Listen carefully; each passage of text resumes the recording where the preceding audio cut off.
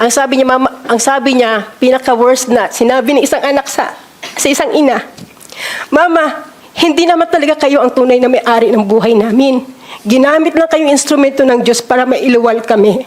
Pero ang nagmamay-ari sa amin si Pastor Kibuloy, ang anak ng Diyos. 21 November 25, lumabas ako kasi nagkaroon ako ng ulcer. Kasi 1999, naranasan ko din yung parusan dry fasting. From Cagayan, pinapunta ko ng Davao for dry fasting, 7 days nang hindi ko din alam kung bakit. Ms. Jocelyn, tama ba na yung anak mong minor ay dating miyembro ng KOJC? Yes po, Madam Chair. At yung anak niyo po, siya din po ba ay pinalimos ng Yes po. KOJC? Okay. So, bakit mo siya kinuha sa KOJC, yung anak mo? Mapagpalang araw sa ating lahat po, no? Gusto ko lang itong i-share, hindi dahil galit ako. Kasi napakabuti ng Diyos sa akin ngayon. Simula nung nag-withdraw ako ng loyalty, nagpaalam ako sa office ni Mr. Kibuloy dito sa May Angono, KLC. Last year, nagpaalam ako na mag-withdraw ako. Kasi ayoko na magsimba pa dyan or maniwala, magiging patuloy na maging sympathizer kung nagdududa na ako sa kanya. So, nirespeto ko pa rin yung ministry niya. Napaalam ako. Tapos yung, dati po akong full-time din, 1993. Katulad din ng iba, ginawa din kami taga-produce ng pera through sa paglilimo sa iba't ibang paraan.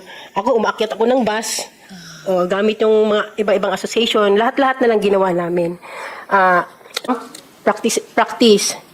Tapos, pinayagan ko lang kasi mas gusto ko kasi bilang isang ina, gusto mo mga anak mo mapalapit sa Diyos para hindi mapariwara. So, pinayagan ko. Nagulat ako, dumating yung gabi, yung dalawang anak ko na lang ang nakauwi. Yung panganay ko tsaka yung sumunod ko sa bunso.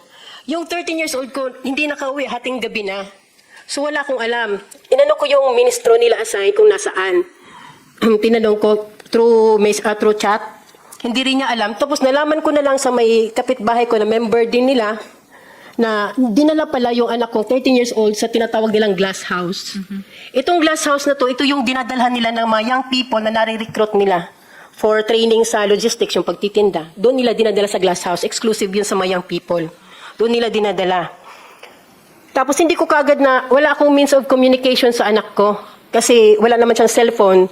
Tapos, after 3 days, sa pangungulit ko doon sa ministro nila, nakausapin ko yung anak ko, nakausap ko siya sa cellphone through sa youth leader na na-assign si Rima Fauni, yan. Tapos yun nakausap ko siya, bigla akong nagulat dahil nag-iba yung salita niya. For a 13 years old, nagulat ako. Mama, hindi na ako mag-aral. Kasi babalik na ang Panginoon. Tapos si Pastor Kibuloy mag-glorified na. So nagulat ako kasi bagong member lang yung 13 years old ko at that time. Siya masipag yung mag-aral. Talaga siya masipag niya mag-aral. Nagulat ako, ganun na ang salita niya. Sabi ko, anak, ganito yan kasi dati akong worker dyan, so alam ko.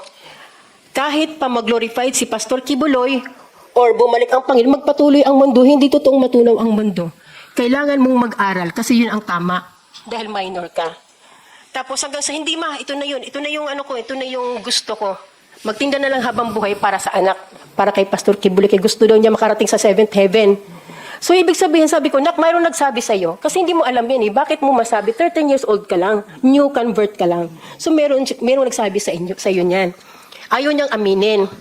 Tapos sabi niya, Mama, lagi kong ini-insist sa kanya, Madam Chair, na, anak, mag-aral ka, sige, kung gusto mo dyan, maglingkod ka dyan, maging alay ka ng buhay mo kay Pastor, through Pastor Kibuloy, mag-aral ka talaga. Ang sabi niya, pinaka-worst na, sinabi ng isang anak sa isang ina, Mama, hindi naman talaga kayo ang tunay na may-ari ng buhay namin. Ginamit lang kayong instrumento ng Diyos para mailuwal kami. Pero ang nagmamay-ari sa amin si Pastor Kibuloy, ang anak ng Diyos. Ayun, okay na.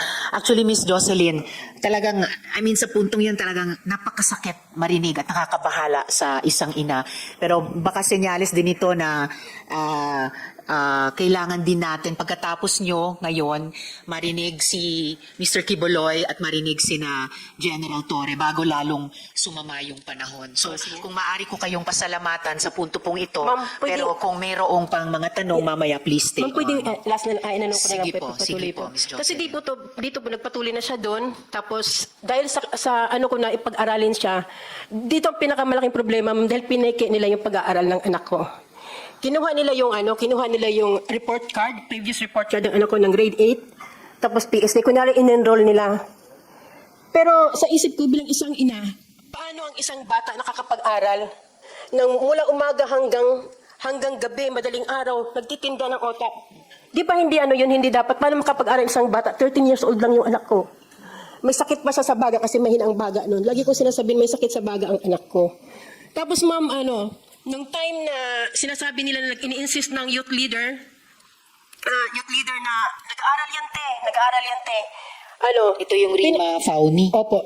Pati yung dalawa yan sila, ma'am, si Carla Guillermo. Okay. Tapos ma'am, nagpatulong ako sa teacher niya dati, grade 7. Ma'am, pakitrace kung talagang ba na-enroll ang anak ko. So, sabi ng teacher niya, ma'am, kahit kahit saang school, wala siyang makitang pangalan ng anak mo naka-enroll. Pero sinabi niya naka-enroll. Tapos nung time na nalaman ko yun, ma'am, pinagpursige ako. Sabi ko, pupuntahan ko yung hideout nyo kasama ang DSWD at DepEd, may kausap na ako. Siguro sa takot nila mama iskandalo, hinatid nila yung anak ko sa bahay. Ay, So pagdating mabuhay ma'am kayo. pagdating nun sa amin na, to make the story short, Yes. nakauwi ang anak ko. Dahil siguro napilitan Mabuti. sila.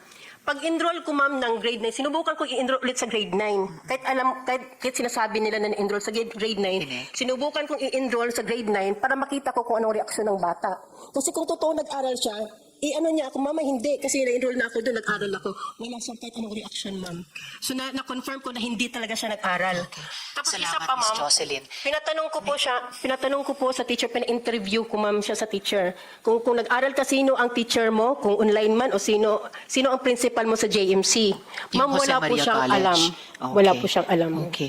Maraming salamat, Miss Jocelyn, at talagang mabuhay kayo sa pagkuha, no? Yung matagumpay na pagkuha nyo sa anak ninyo. And salamat din sa pagbanggit sa DSW at DepEd dahil mamaya may itatanong din tayong kahit mabilis sa kanila dun sa pag-rehabilitate ng mga bata na kinuha na ng magulang o ng gobyerno sa KOJC kaugnay ng moving forward natin mula sa itong napakarami at matitinding problemang naiimbestigahan natin dito.